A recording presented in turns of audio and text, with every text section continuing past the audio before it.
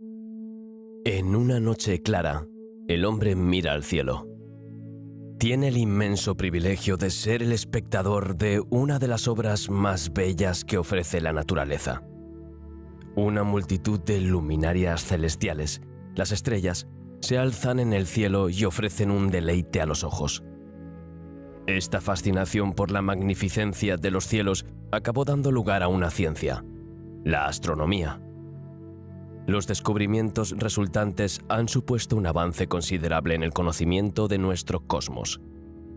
Hoy disponemos de importantes medios tecnológicos para intentar penetrar en los secretos de lo que vemos pero no podemos alcanzar. Telescopios, satélites, vehículos robóticos enviados a inspeccionar planetas inaccesibles para el hombre. La astronomía evoluciona a gran velocidad y cada vez sabemos más sobre el universo. Estos descubrimientos dan al hombre moderno una sensación de omnipotencia sobre el mundo que le rodea. Pero, por otra parte, la constatación de la inmensidad del universo ha empequeñecido al hombre. Mientras que hace unos siglos la raza humana se creía el centro del mundo y situaba la Tierra en el centro del universo, la cosmología moderna ha demostrado científicamente el error de esta percepción. Los seres humanos asignaron entonces a la humanidad un lugar destacado, pero el pensamiento actual tiende a ver la especie humana como una mota de arena que apareció por casualidad en un vasto océano cósmico.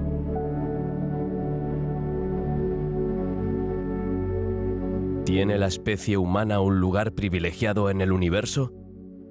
¿Cómo apareció la Tierra, la vida y luego el hombre? ¿Qué futuro podemos predecir para el Homo sapiens? Para situar mejor el lugar del hombre, puede ser útil observar los acontecimientos desde otro ángulo, desde el principio del universo hasta nuestros días, para comprender de dónde venimos y hacia dónde vamos. Querido viajero, buenos días. Hoy partimos hacia un viaje excepcional a través del tiempo y del espacio para descubrir la inmensidad del cosmos. Antes de partir hacia una nueva aventura, piensa en darle me gusta al vídeo y suscribirse al canal para no perderte nada. Gracias a todos y buen viaje. En términos cosmológicos, el universo se define como todo lo que existe. Esta es una breve definición para un tema que ha fascinado y entusiasmado a la gente durante miles de años. Desde la noche de los tiempos, el hombre ha sido consciente de su insignificancia en el universo y su visión ha ido evolucionando a medida que se producían descubrimientos y avances tecnológicos. En efecto, gracias a los telescopios hemos pasado de un universo observado a un universo medido y hemos tomado conciencia de la realidad de la extensión del universo que nos rodea. En el año 100.000 a.C., los hombres de las cavernas se ponían en guardia cuando salían de sus cuevas por miedo a enfrentarse a los fenómenos climáticos. En su momento, atribuyó estos fenómenos a la ira del cielo que no podía controlar. Para él, el viento, la lluvia y los rayos eran causados por espíritus superiores a los que debía someterse haciendo ofrendas y sacrificios. Un poco más tarde, aprisionados en consideraciones religiosas, los hombres atribuían al universo dioses superpoderosos que gobiernan el mundo. Estos superhombres utilizarían los elementos de la naturaleza para castigarlos y someterlos. En la astronomía egipcia, por ejemplo, el universo es imaginado por los dioses. La tierra era Heb. Sobre él se encontraba Nut, la diosa del cielo, apoyada por Shu, el dios del aire. Ra, el dios del sol, se movía en dos barcos solares, de día por el cielo y de noche por el reino de los muertos.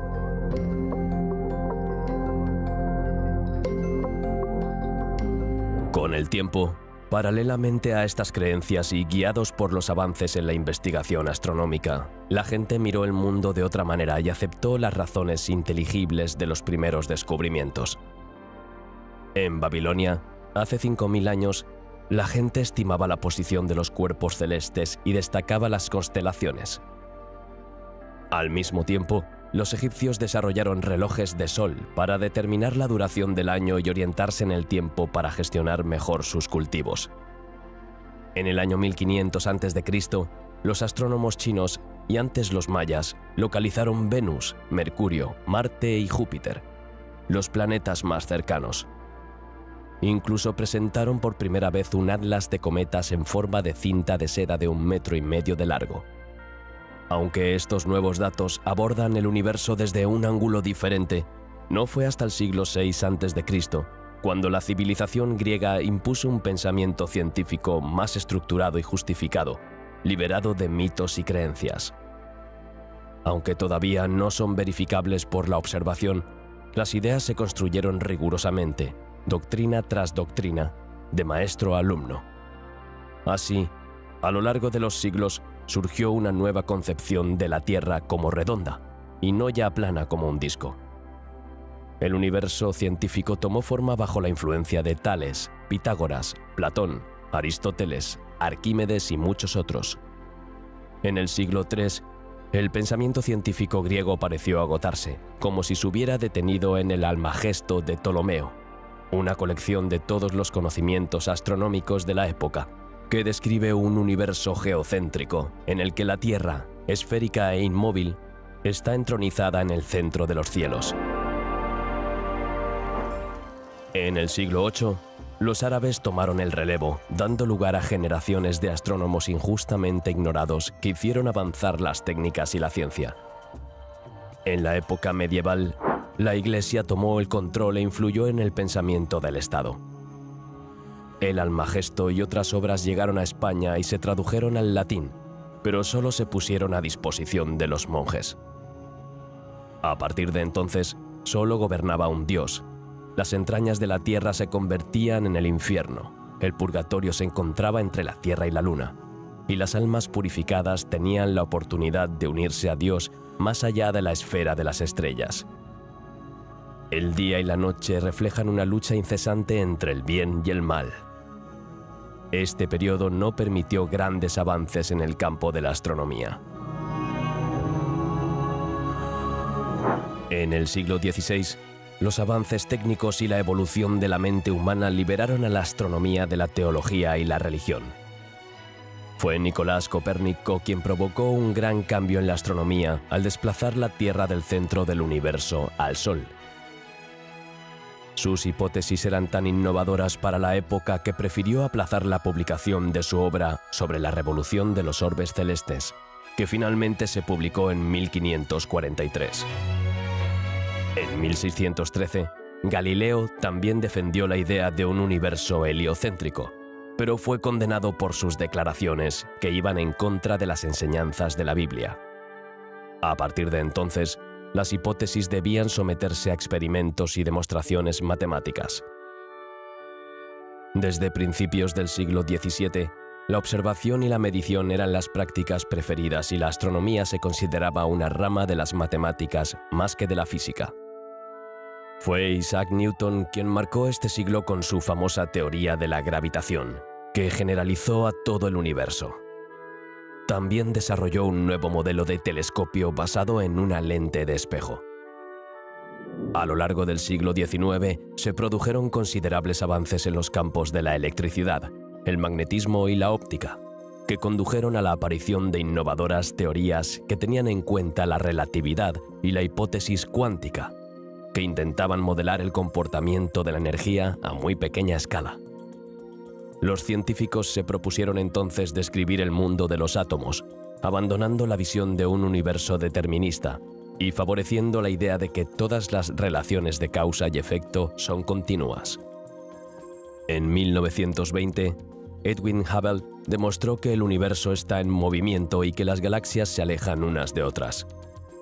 En combinación con otras teorías, especialmente la de la relatividad, los científicos empezaron a hablar de la expansión del universo, lo que llevó a algunas respuestas sobre el nacimiento del universo. En efecto, si el universo se expande en el tiempo, debe haber sido más pequeño en el pasado y, por tanto, debe haber habido un tiempo en el que el cosmos ocupaba un único punto como una semilla cósmica. ¿Y si retrocedemos en el tiempo? 13.800 millones de años antes, hasta donde todo comenzó. Hasta principios del siglo XX, los científicos estaban de acuerdo en que el universo se había mantenido fijo desde el principio de los tiempos. Sin embargo, en la década de 1920, los astrónomos, entre ellos Edwin Hubble, demostraron que las galaxias se alejaban unas de otras y propusieron así la teoría de un universo en expansión.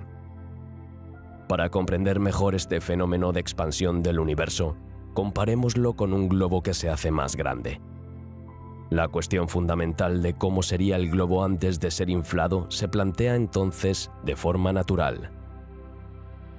El Big Bang es la teoría del nacimiento de la materia y, en consecuencia, del universo. Fruto del trabajo de matemáticos, físicos y astrónomos a lo largo de los siglos, este gran acontecimiento, unánimemente aceptado por los científicos, se cree que tuvo lugar hace aproximadamente 13.800 millones de años. Un destello inicial de creación que se produjo por razones que aún son algo inexplicables, provocó la aparición de la materia, dando lugar a la formación de todo lo que nos rodea, desde las partículas subatómicas hasta las galaxias. El Big Bang debe su nombre al astrofísico Fred Hoyle, que fue un feroz opositor a la teoría de la expansión del universo. En 1950, Hoyle utilizó el término Big Bang en una entrevista de forma totalmente irónica, sin saber siquiera que el modelo cosmológico mantendría este nombre. El nacimiento del universo tuvo lugar muy rápidamente, en apenas 3 minutos. 3 minutos fundamentales que conducirían miles de millones de años después a la existencia del hombre. Pero en ese preciso momento, el hombre no existía. Es la materia la que domina. Las partículas elementales de la materia ya están ahí, y en el futuro formarán todos los elementos químicos que constituyen la riqueza de nuestro mundo. He aquí una mirada a los 3 increíbles minutos que siguieron al Big Bang.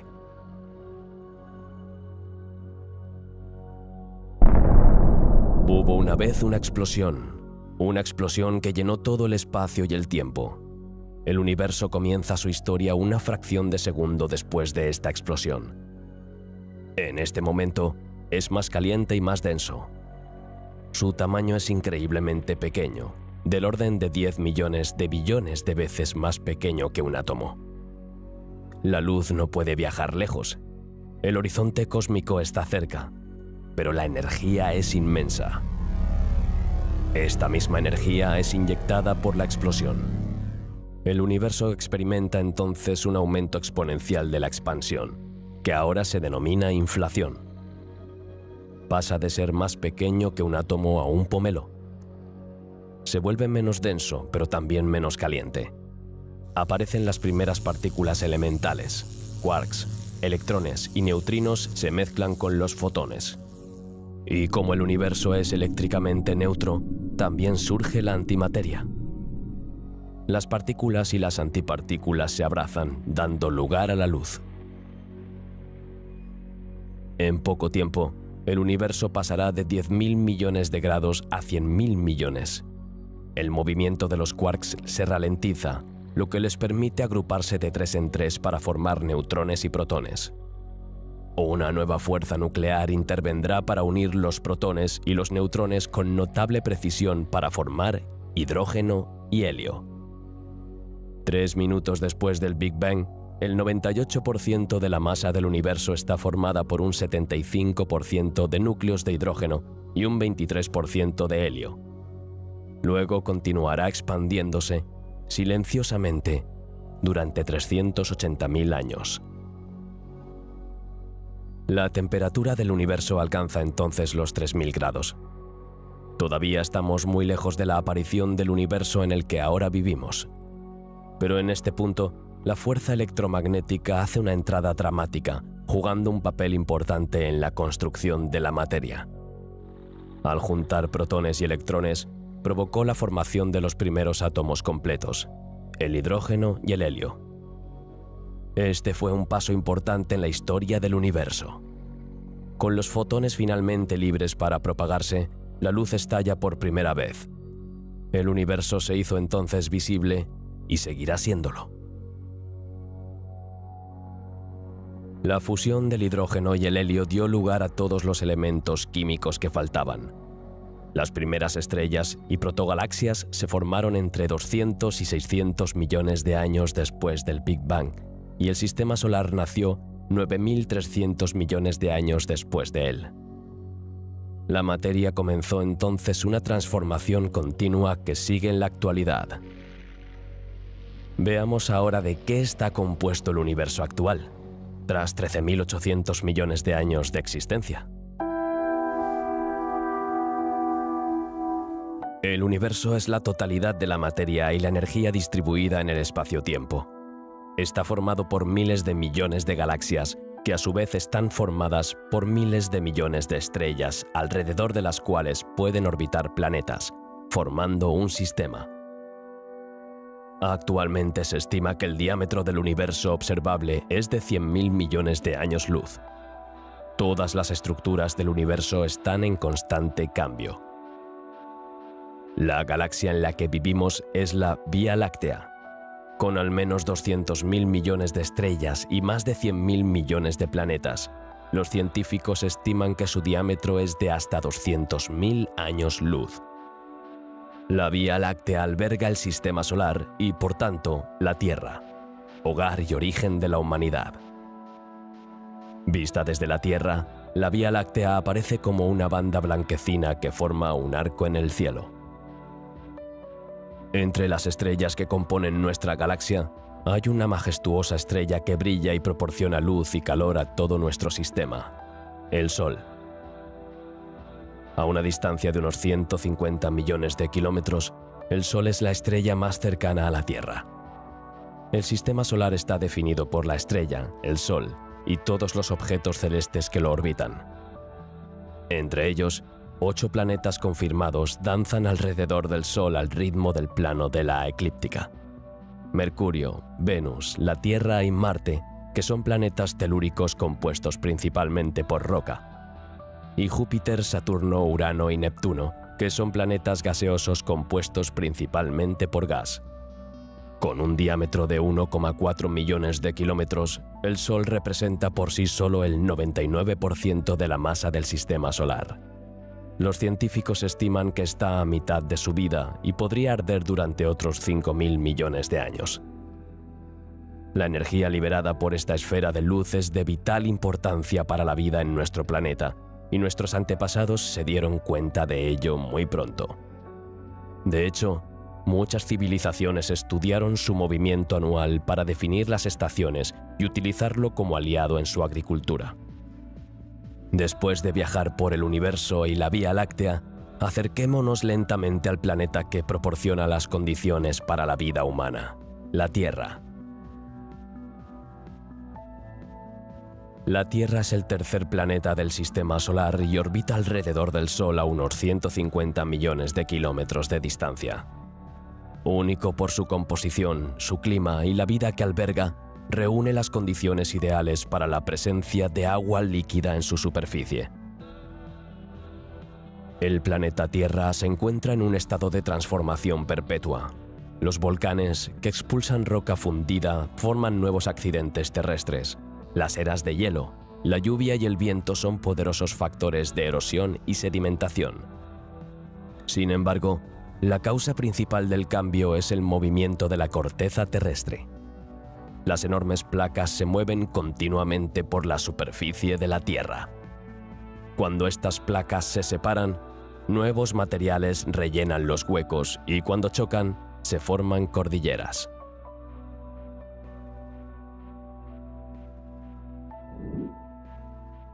La atmósfera de la Tierra sostiene la vida y protege de los peligros del espacio interplanetario. La Tierra está compuesta por 3 capas: la corteza, el manto y el núcleo. La corteza es la parte superior de la Tierra. Su grosor varía en función de su ubicación y se compone principalmente de roca volcánica. Debajo de la corteza se encuentra el manto, que es mucho más grueso, hasta 2.900 kilómetros de espesor. se compone principalmente de un conjunto de oxígeno, silicio, magnesio y hierro, conocido como olivino. Por supuesto, en el centro de la Tierra está el núcleo. Este núcleo, fabricado con una aleación de hierro y níquel, está dividido en dos envolturas concéntricas.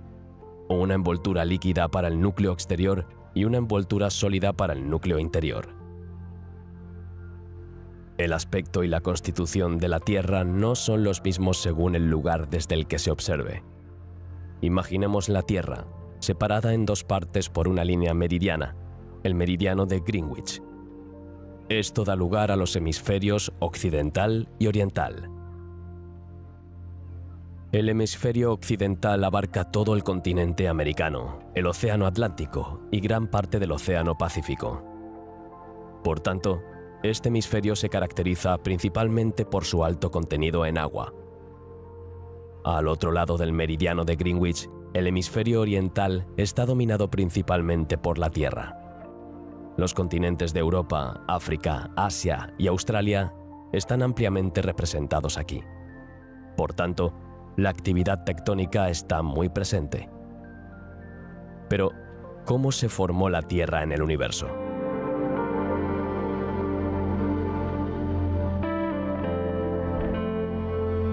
Se cree que la Tierra se formó hace 4.600 millones de años, pero antes de que se formaran los planetas, estaba el Sol. Los restos de las estrellas muertas, que habrían consumido toda su energía, habrían sido expulsados a la galaxia y habrían formado una nube molecular compuesta de gas y polvo. Las partículas de esta inmensa nube, de varios cientos de años luz de diámetro, se aglutinarán bajo el efecto de las fuerzas gravitatorias. La compresión aumentará la velocidad de rotación de la nube y calentará su centro hasta que esta bola de fuego se convierta en el Sol. Al mismo tiempo, los elementos más pesados, como el hierro, el silicio, el aluminio y el níquel, se unirán para formar nuevos planetas. En cuanto estos cúmulos alcanzan un tamaño de al menos 800 metros de diámetro, son capaces de absorber la materia circundante. Durante un periodo de unos 3 millones de años, estos cúmulos se reunirán en el sistema solar para formar hasta 20 protoplanetas, incluida la Tierra. A continuación, los protoplanetas colisionan y se combinan. Tanto es así que, después de 30 millones de años, se pueden contar nuestros actuales 9 planetas. En aquella época, la Tierra distaba mucho de parecerse a la actual. La temperatura era superior a los 5.000 grados Celsius porque estaba hecha de materia fundida. Poco a poco, el planeta se enfría. Los elementos más ligeros subirán a la superficie y los más pesados entrarán en el núcleo de la Tierra para formar el núcleo.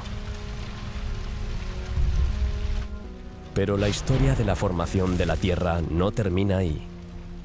Cuando tenía unos 50 millones de años, experimentó un choque de una violencia sin precedentes. Otro protoplaneta, del tamaño de Marte, colisionó con él a una velocidad de más de 11 kilómetros por segundo. El impacto es tan grave que el suelo de la Tierra permanecerá fundido durante varios millones de años. Este impacto también cambió el eje de rotación de la Tierra y provocó las estaciones. Al mismo tiempo, la aglomeración de los residuos de roca vaporizados durante esta colisión dio lugar a la Luna. En este momento, está mucho más cerca de la Tierra y parece enorme en el cielo. ¿Y el agua? Durante este periodo, el sistema solar aún estaba muy caliente, a unos 1000 grados Celsius, por lo que la Tierra no contenía agua en estado líquido y no era posible ninguna forma de vida. Actualmente, los científicos sostienen dos teorías sobre la llegada del agua a la Tierra. Se cree que el 50% del agua de la Tierra se originó por la desgasificación del manto. La otra mitad se cree que procede de una lluvia de meteoritos fuera del cinturón de asteroides. De hecho, los cometas tienen un 50% de agua. Situados junto a Júpiter, habrían sido influenciados por su imponente masa para ser desviados y colisionar hacia el interior del sistema solar hasta encontrarse con la Tierra. Durante estas colisiones, los meteoritos se habrían desintegrado y liberado agua que, mezclada con el agua del manto, habría formado los océanos. Los geólogos han estimado que los océanos tardaron 150 millones de años en llenarse. La temperatura en la superficie de la Tierra era de unos 90 grados Celsius. La atmósfera está formada por nitrógeno, dióxido de carbono y metano. El oxígeno, en cambio, tardará más de 1000 millones de años en aparecer. Los estromatolitos, que son estructuras calcáreas que se encuentran en ambientes acuáticos, transformarán el dióxido de carbono en oxígeno, pero no se extenderá a la atmósfera. De hecho, al reaccionar con el hierro, el oxígeno se precipitará en forma de óxido y caerá al fondo del océano para convertirse en roca. Solo cuando todo el hierro ha reaccionado, el oxígeno comienza a acumularse en la atmósfera. En los próximos 2000 millones de años, los niveles de oxígeno aumentarán hasta alcanzar el nivel que fue esencial para la aparición de la vida hace 500 millones de años. La Tierra es el único planeta del sistema solar que sustenta la vida y permite el desarrollo de la especie humana. Pero antes de que apareciera la vida, tuvieron que confluir una serie de factores favorables en el momento adecuado. La primera condición esencial para la vida es la presencia de agua, pero solo si está en gran parte en estado líquido. Por lo tanto, esto dependerá totalmente de la distancia del planeta a su estrella, en nuestro caso el Sol. Si el planeta está demasiado cerca, podría estar demasiado caliente y el agua se evaporaría en la atmósfera. Por el contrario, si el planeta está demasiado alejado del Sol, el agua permanecería en forma de hielo, como en la Antártida, el mayor desierto del mundo. Además de la distancia a la estrella, la composición de la atmósfera del planeta también desempeña un papel importante. Para ilustrar esto, tomemos el ejemplo de la Tierra y la Luna. Ambos objetos están a la misma distancia del Sol, 149,6 millones de kilómetros. Sin embargo, la temperatura media en la Tierra es de 15 grados, mientras que en la Luna es de menos 20. Esto se debe a la presencia de una envoltura nubosa, la atmósfera, alrededor de la Tierra. Los gases de efecto invernadero de esta atmósfera mantendrán el calor de la Tierra en lugar de dejarlo escapar al espacio. Esto se llama efecto invernadero, así que el calor no se retiene en la Luna. En segundo lugar, la posición de nuestro planeta está en la zona habitable de nuestro sistema. Solo Marte lo es, mientras que Mercurio y Venus están demasiado cerca y tienen una temperatura demasiado caliente, y todos los demás están demasiado lejos del Sol y por tanto son demasiado fríos. La aparición de la vida a menudo se hace eco de los primeros humanos que vivieron en la Tierra, pero en un sentido más amplio, se refiere a descubrimientos mucho más antiguos, ya que el origen de la vida es, en última instancia, una sola célula. Aunque los orígenes de la vida en la Tierra siguen siendo inciertos, gracias a la investigación y al descubrimiento de fósiles, van surgiendo algunas respuestas y teorías que tienden a explicar lo que pudo ocurrir. Hasta mediados del siglo XIX, el origen de la vida se atribuía a un hombre, a un creador, Dios. El pensamiento se guiaba por las creencias religiosas, ya que nada era aún plenamente observable y demostrable por la ciencia.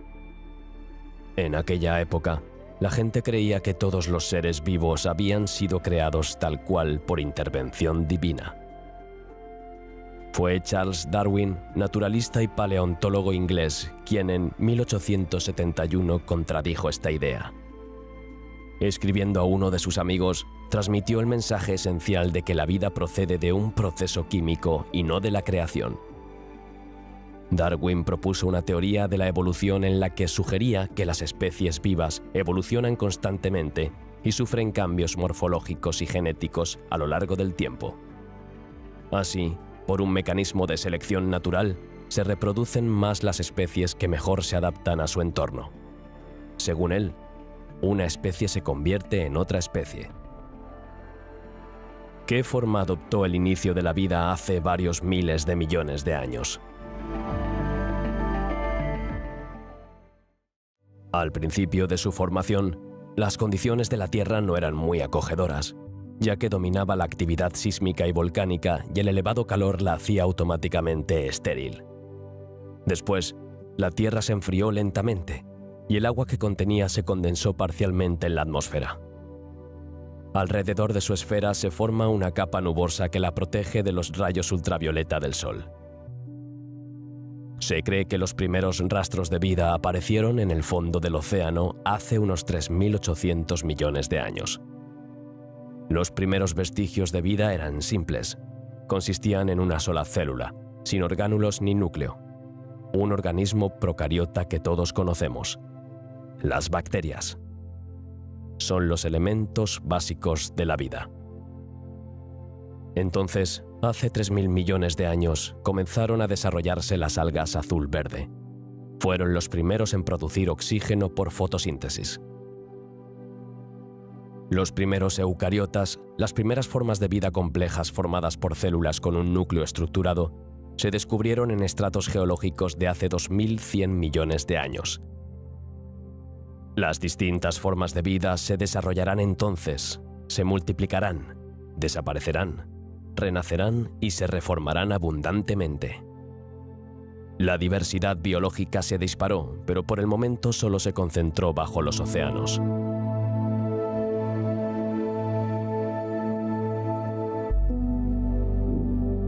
Hace entre 630 y 550 millones de años se desarrolló una multitud de especies llamada fauna ediacarana. Adaptados a un entorno pobre en oxígeno, estas especies tienen grandes superficies que permiten el intercambio de gases. A pesar de sus cuerpos blandos sin esqueleto, la gran resistencia de sus tejidos permitió su fosilización. Están relacionados con un tipo de medusa o coral blando. La fauna tomotiana apareció hace 530 millones de años, marcando una etapa importante en el desarrollo de la diversidad biológica. En efecto, algunos organismos estaban entonces dotados de partes sólidas y asistimos a la mineralización de los esqueletos. Esta fauna solo sobrevivió unos pocos millones de años. La última fase de la evolución de la vida está marcada por la fauna de Burgess. Esta fauna marca la biodiversidad por su colosal riqueza numérica y por la complejidad de los organismos que la componen. Esta fauna apareció hace 528 millones de años y desapareció repentinamente 20 millones de años después.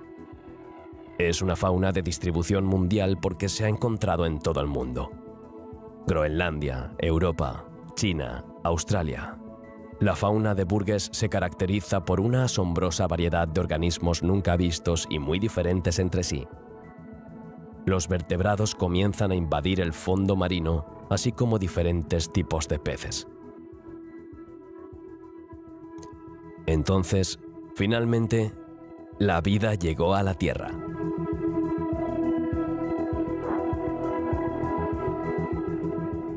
Hace 440 millones de años, las plantas, como los musgos, se asentaban pacíficamente en la orilla del agua. Luego, unos millones de años más tarde, estas mismas plantas se liberarían del agua desarrollando raíces. No fue hasta hace 375 millones de años cuando los esqueletos de algunos peces evolucionaron y se solidificaron, dando lugar al inicio de las patas. Así equipados, algunos tetrápodos tenían por fin la capacidad de moverse en un entorno fangoso y de ver la tierra. Pero unos millones de años después, una extinción masiva provocó la desaparición de muchas de las especies que habían evolucionado hasta entonces. Se cree que la tercera y mayor extinción masiva ocurrió hace 250 millones de años y causó la pérdida del 90% de las especies que vivían en la Tierra en ese momento. Algunos de ellos desaparecerán definitivamente. 20 millones de años después, aparecieron los legendarios dinosaurios, que dominaron la Tierra durante más de 160 millones de años. De los reptiles mamíferos surgió gradualmente la rama de los mamíferos. Un pequeño animal parecido a una rata, probablemente insectívoro, fue el primer ancestro común de todos los mamíferos. Hace unos 200 millones de años se produjo una penúltima extinción masiva que provocó la desaparición de la fauna de los océanos. Solo sobrevivieron algunos pequeños reptiles mamíferos. Antes de este acontecimiento, todos los continentes estaban unidos en una sola masa llamada Pangea. Pero después de esta extinción masiva, probablemente causada por una enorme explosión, los continentes comenzarán a separarse, aislando especies que ahora evolucionarán de forma diferente. Hace 65 millones de años se produjo una quinta extinción masiva que provocó la desaparición del 70% de las especies, incluida la gran mayoría de los dinosaurios que dominaban la época.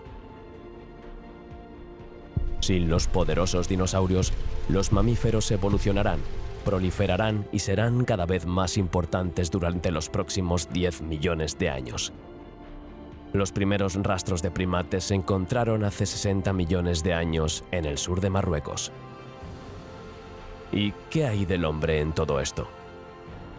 Imaginemos una escala de tiempo desde el Big Bang hasta la actualidad. Imaginemos ahora que tenemos en esta escala las diferentes etapas de la evolución de la vida en la Tierra. La llegada de nuestra especie humana, el Homo sapiens, es entonces solo una pequeña parte del fondo de la escala. Pero veamos más de cerca cómo surgió el hombre moderno y cuál es su lugar en este vasto cosmos. A pesar de los importantes avances científicos de la arqueología, el descubrimiento de seres humanos sigue siendo raro, a menudo incompleto y fragmentado. En efecto, mientras que las partes blandas, como el cartílago y la carne, son imposibles de conservar, la preservación a largo plazo de las partes óseas requiere condiciones especiales que a menudo son difíciles de encontrar. Los dientes siguen siendo la parte mejor conservada. Sin embargo, a lo largo de los años se han realizado valiosos hallazgos durante las excavaciones que nos permiten conocer la aparición de los humanos en la Tierra. El hombre es un primate, un primo lejano del mono. Los primeros representantes del linaje humano desde que se separó del de los chimpancés son los homínidos. Se cree que aparecieron hace 7 millones de años. Solo en 2001, durante unas excavaciones en el Chad, se identificó el cráneo casi completo de una nueva especie nunca antes descubierta. Este primer ser, de la primera especie Sahelanthropus cadensis, recibió el nombre de Toumai. Según las investigaciones y estimaciones, se trataba de un ser humano que medía 1 metro y pesaba unos 35 kilos. Casi 350.000 generaciones le separan de los seres humanos del año 2000.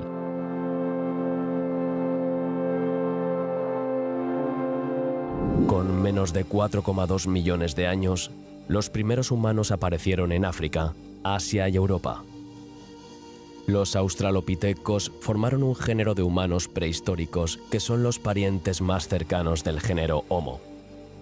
Los restos son escasos, pero los sedimentos volcánicos y las cuevas revelan algunas huellas de la actividad humana gracias, en pequeña parte, a los huesos fosilizados, como dientes, mandíbulas y fragmentos del cráneo, pero sobre todo al descubrimiento de los objetos de sílex que utilizaban en aquella época, que entonces solo eran fragmentos de piedra formados de forma natural y no intencionada. Los científicos creen que se trataba de individuos aislados, cazadores nómadas que eran a su vez presas de otros carnívoros. La estructura de su laringe sugiere que no tenían un lenguaje articulado. Sabían utilizar el fuego, ya que se han asociado restos de ceniza al Homo erectus, pero aún no lo domesticaban. Su esperanza de vida no superaba los 30 años.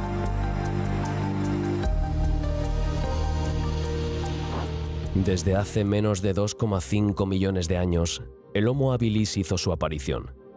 Esta vez se encontraron bifaces, piedras cortadas en 2 lados opuestos, hechas por la mano del hombre. El Homo habilis mide entre 1,15 y 1,30 metros y no pesa más de 40 kilogramos. Camina sobre 2 pies, es perfectamente hábil con las manos y es un buen trepador de árboles.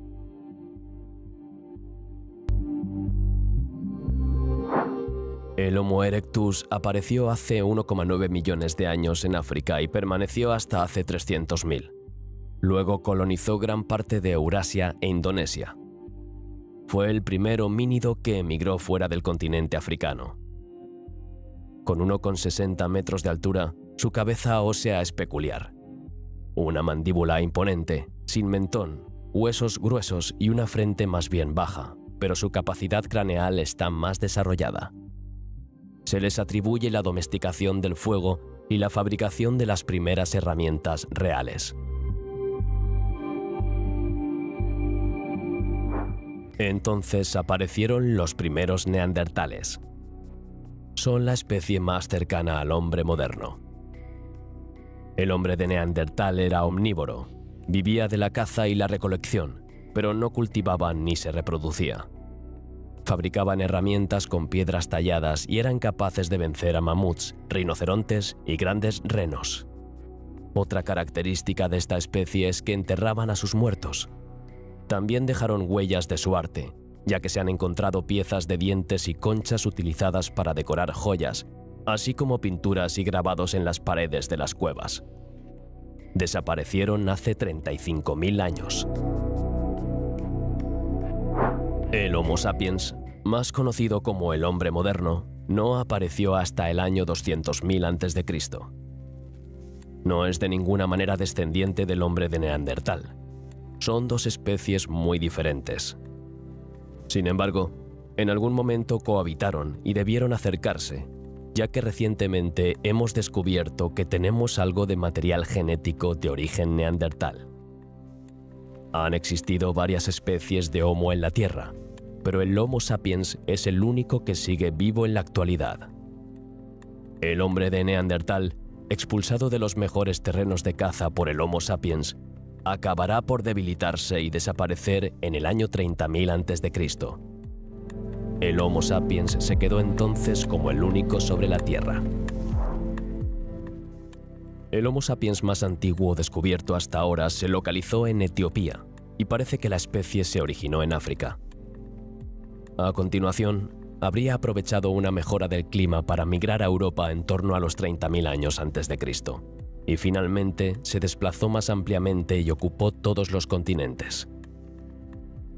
En contra de la creencia popular, el Homo sapiens era alto y medía entre unos 70 y 2 metros.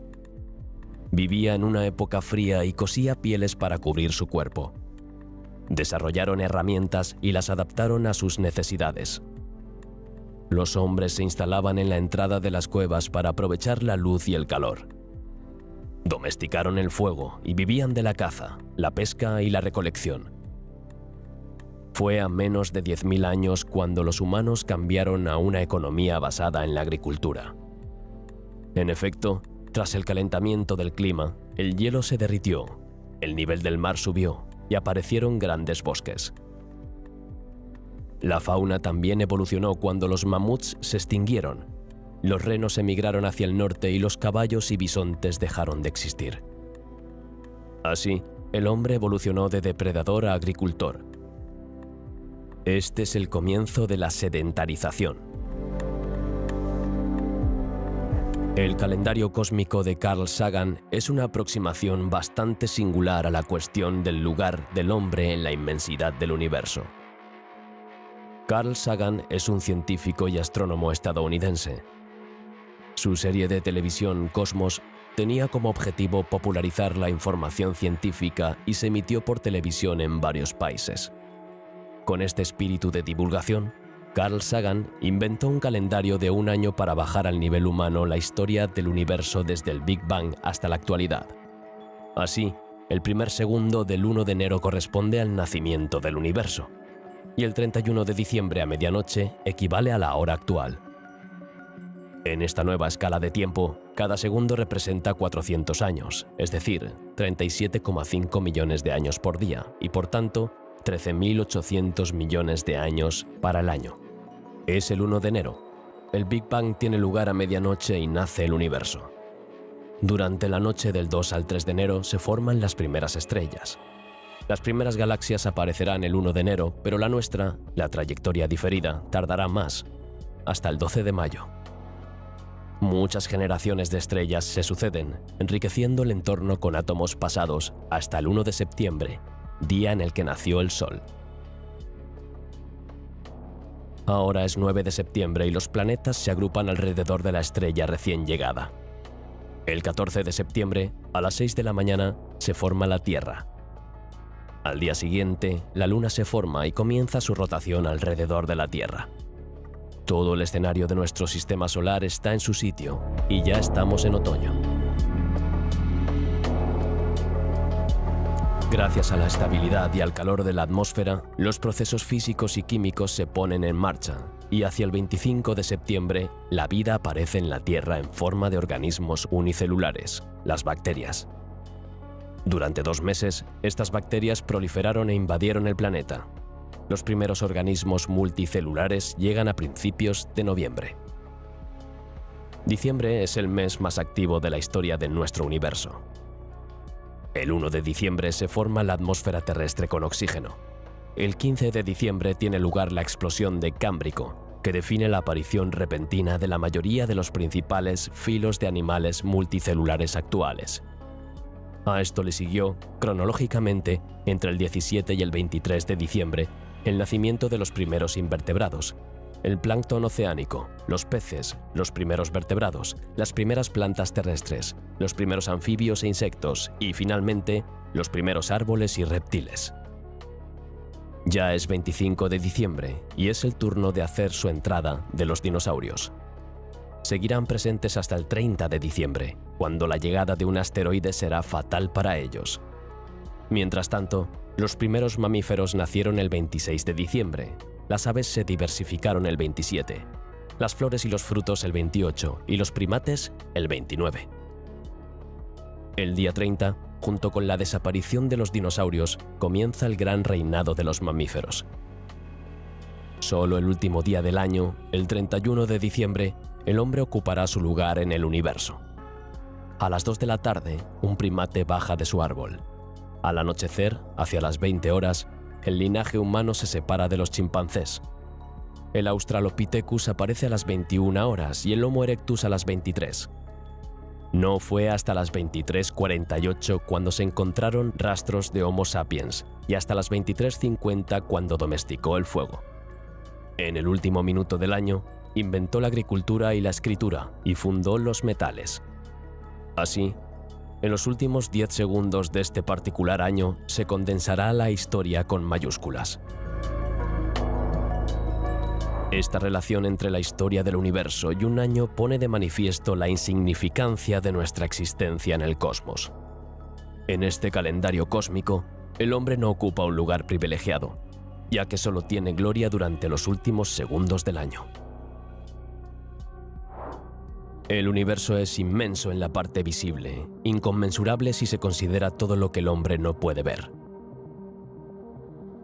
Sus medidas están en miles de millones de kilómetros o años luz, números que van más allá de la comprensión humana. Para visualizar mejor la parte que representa al hombre en la inmensidad del cosmos, vamos a reducir nuestro pequeño rincón del universo, el Sistema Solar, que mide 20.000 millones de kilómetros, a la escala de una ciudad de unos 20 kilómetros. Así, las dimensiones se dividen por 1.000 millones. El Sol tendría aproximadamente el tamaño de un globo, la Luna de un guisante y la Tierra el de una uva. El hombre, en cambio, ni siquiera puede ser representado porque es muy pequeño. Recordemos que el globo, la uva y los guisantes están dispuestos en un espacio de 20 kilómetros, una parte imperceptible de lo infinitesimal en un espacio enorme.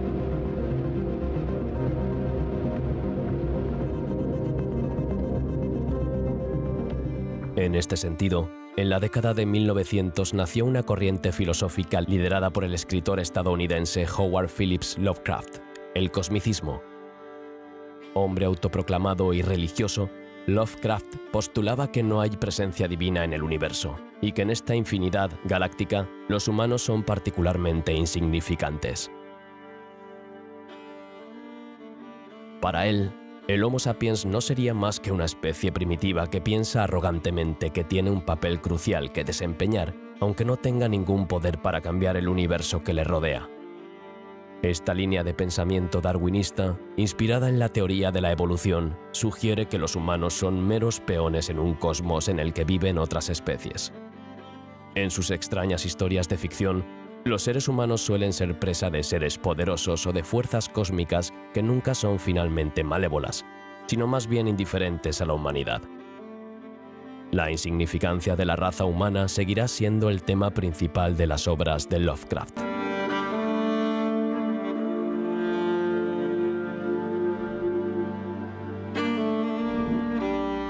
El universo cambia constantemente. Ahora se acepta oficialmente que el universo está creciendo, estirándose. ¿Cómo puede el ser humano encontrar su lugar en este cosmos lleno de variaciones? ¿Qué futuro nos depara el universo? ¿Debe el hombre depositar sus esperanzas en la exploración espacial?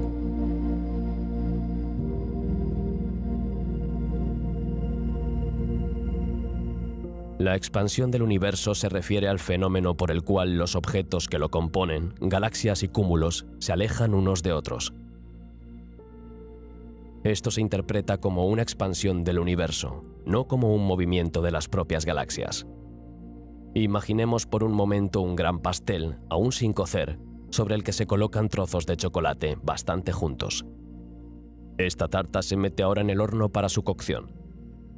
A medida que el pastel se hornea, se hincha y las virutas se alejan unas de otras. Esta imagen puede compararse con la expansión del universo imaginando que los trozos de chocolate son las galaxias. En la década de 1920 se discutió por primera vez la idea de que el universo no era en realidad estático e inmutable, sino que se estaba expandiendo, arrastrando a la Vía Láctea y a todas las demás galaxias. Esto ya es un hecho establecido. Pero desde este descubrimiento, los cosmólogos han tratado de determinar el ritmo preciso de expansión del universo. Recientemente, en una revisión publicada en 2019, los astrofísicos afirmaron que la tasa de expansión había aumentado un 9% en comparación con los primeros años. Por lo tanto, el universo se expande más rápido. Este nuevo descubrimiento nos lleva a replantearnos nuestra comprensión del universo, pero también su futuro. Los científicos solían coincidir en una versión en la que la expansión del universo se veía frenada por la fuerza gravitatoria de los objetos celestes. Las investigaciones actuales han permitido explicar este fenómeno de aceleración por la presencia de una fuerza de repulsión a gran escala que podría luchar contra la fuerza de atracción de los cuerpos celestes. Esta fuerza, que sigue siendo muy misteriosa para el mundo de la cosmología, se llama energía oscura.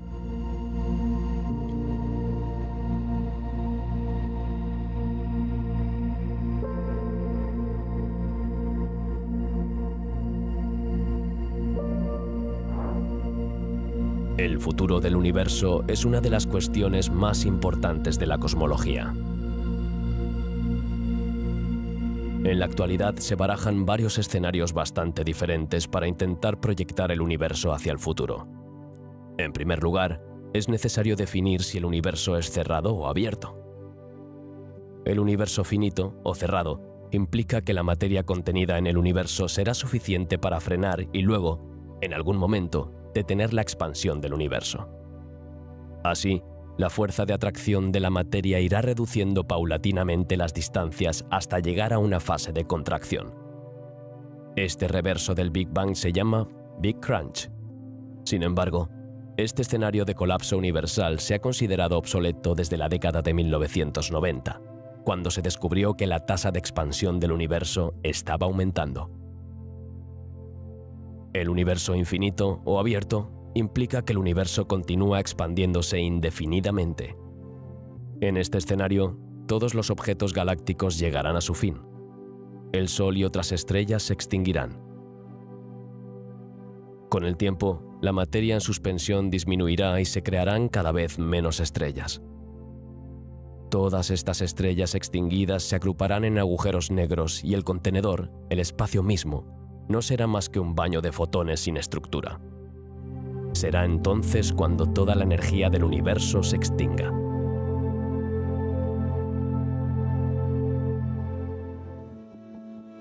¿Y el futuro de la humanidad? Stephen William Hawking fue un físico teórico y cosmólogo británico. Es conocido en todo el mundo por sus teorías, libros y apariciones públicas. Sus libros de divulgación científica le dieron a conocer al gran público.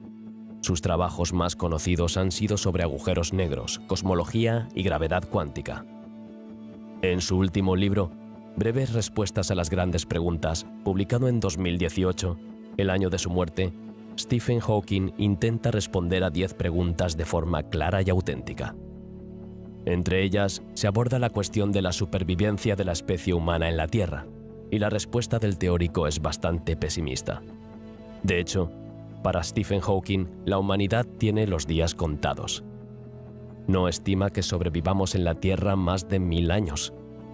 Aconseja explorar el espacio para el futuro de la humanidad.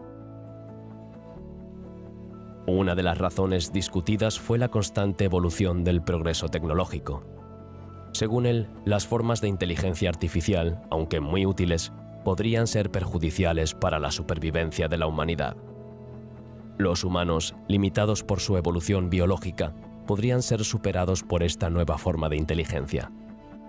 La ingeniería genética podría utilizarse para mejorar ciertas capacidades humanas y crear formas de superhumanos. En este contexto, habría una élite contra la que los humanos no mejorados no podrían sobrevivir. Para Stephen Hawking, es mejor recurrir a lo que nos une, repensar las nociones de riqueza y posesión y aprender a compartir de nuevo. Otro motivo de preocupación es el calentamiento global. Considera que es uno de los mayores peligros a los que se enfrenta la humanidad e incluso afirma que la Tierra podría asemejarse a Venus, es decir, registrar una temperatura de 250 grados Celsius y estar plagada de lluvia de ácido sulfúrico. En respuesta a este futuro alarmista, Stephen Hawking aboga firmemente por la colonización del espacio. Para ello, ha invertido en un programa llamado Breakthrough Starshot, cuyo objetivo es lanzar al espacio sondas espaciales capaces de alcanzar velocidades de 15.000 km por segundo. Si los humanos pudieran viajar a la misma velocidad, sería posible llegar a exoplanetas potencialmente aptos para el ser humano en solo 20 días. Se trata de un reto enorme para una humanidad que no ha viajado a la Luna desde 1972. El hombre siempre ha tratado de comprender su entorno en el cosmos. Sin embargo, tan pronto como el progreso tecnológico hizo posible la exploración, se establecieron las condiciones materiales para este viaje al universo. La historia de la exploración espacial está estrechamente ligada a la Segunda Guerra Mundial. De hecho, los alemanes habían realizado importantes progresos en el campo de los cohetes y fueron los primeros en enviar un misil que alcanzó una altitud de 100 kilómetros, el límite entre la atmósfera y el espacio, en 1944. Siguió la carrera espacial, una feroz competición entre la URSS y Estados Unidos en la que cada parte trató de demostrar su excelencia en este campo. La exploración del espacio se convirtió en un tema clave en la Guerra Fría. Esto dará lugar a 3 grandes acontecimientos en el ámbito espacial.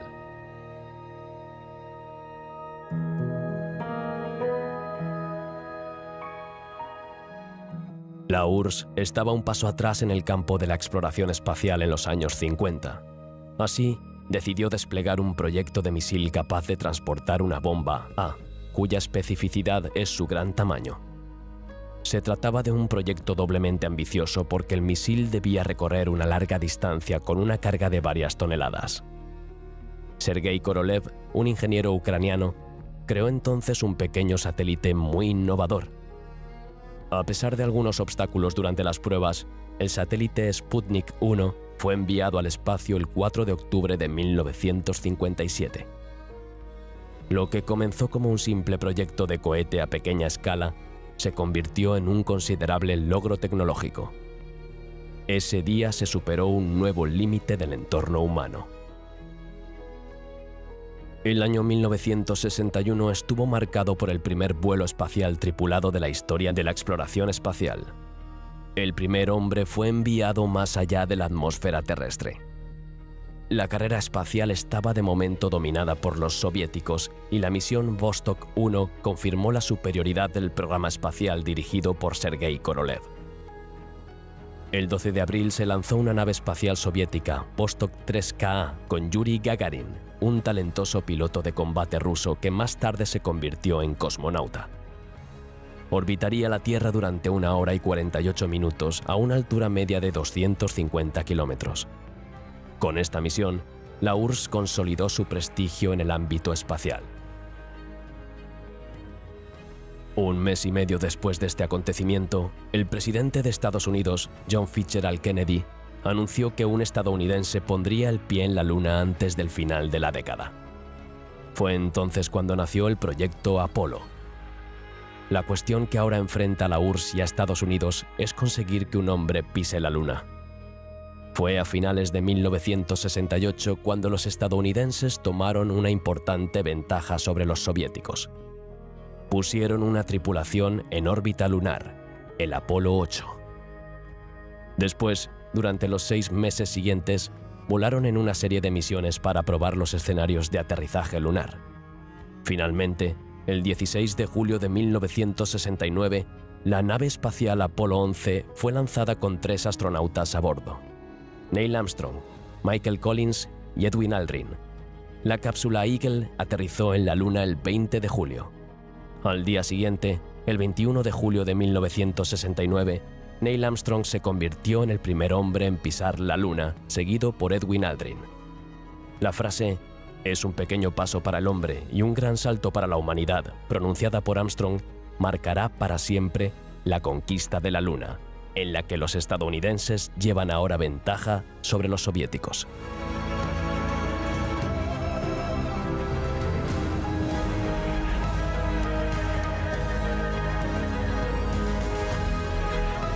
El primer paso en la Luna pondrá fin a la adversidad espacial entre Estados Unidos y la URSS. De hecho, la relajación de la Guerra Fría ya no justificaba a estas misiones exorbitantemente caras. El contexto de la detente se ilusiona incluso con la cooperación Apolo-Soyuz, que dio lugar a un encuentro orbital entre las dos naves. Las tecnologías espaciales se desarrollaron entonces con el fin de explorar los planetas, pero también el uso comercial del espacio, gracias a los satélites de telecomunicaciones, por ejemplo. El objetivo de la conquista del espacio adquirió entonces un significado completamente diferente. Los vuelos tripulados perdieron importancia y se construyeron estaciones espaciales en las que había una tripulación permanente para realizar experimentos científicos. El gran proyecto de futuro que ocupaba a todas las naciones era la conquista de Marte. El objetivo es poder estudiar el suelo y encontrar posibles rastros de vida. El planeta Marte es intrigante porque es el que más oportunidades ofrecía a la humanidad. Podría ser el único lugar fuera de la Tierra donde los humanos podrían establecerse permanentemente. Marte se encuentra en el límite de la zona habitable. Su atmósfera es equivalente a la de la Tierra a una altura de 35 kilómetros, y la presencia de agua en este planeta está lejos de ser nula. Así, en caso de una catástrofe terrestre global, Marte podría convertirse en nuestra nueva Tierra. El planeta Marte es actualmente el centro de interés internacional y se ha convertido en el nuevo horizonte de la conquista del espacio. A pesar de los colosales avances de la exploración espacial a ojos de los terrícolas, apenas tiene el tamaño de un átomo comparado con la inmensidad del universo. El universo observable, tal como lo define nuestra visión del universo a través de los mejores telescopios, tiene una extensión de 13.800 millones de años luz. El universo entero es mucho mayor. Las naves tardan 3 días en llegar a la Luna y 26 meses en llegar a Marte. Esto significa que, con una esperanza de vida inferior a los 100 años, es bastante ilusorio que los humanos viajen por el espacio a distancias superiores a una docena de años luz. En este inmenso entorno, la especie humana no representa más que un minúsculo fragmento y nunca hemos salido del minúsculo lugar donde nacimos. A pesar de ello, estamos progresando y nuestro dominio en el mundo se está ampliando. Nuestros descendientes pueden ir más allá. Como acabamos de ver, el destino del universo no está en manos del hombre. A largo plazo, como sabemos, todo el sistema solar cambiará o desaparecerá, y el hombre actualmente no puede hacer nada para cambiar esto, excepto colonizar otro planeta. Pero por el momento, a muy corto plazo, los mayores peligros para la especie humana son, inexorablemente, las consecuencias del calentamiento global. Mientras el hombre concentra su tiempo, energía y dinero en explorar el cosmos y tratar de dominar un entorno en el que es impotente e insignificante, está matando lentamente el planeta en el que nació, provocando lo que los científicos llaman la sexta extinción masiva. Pero esta vez, todo indica que el cambio climático está causado por el ser humano. Las especies están desapareciendo a un ritmo alarmante, tal vez un 40% de ellas en 2050.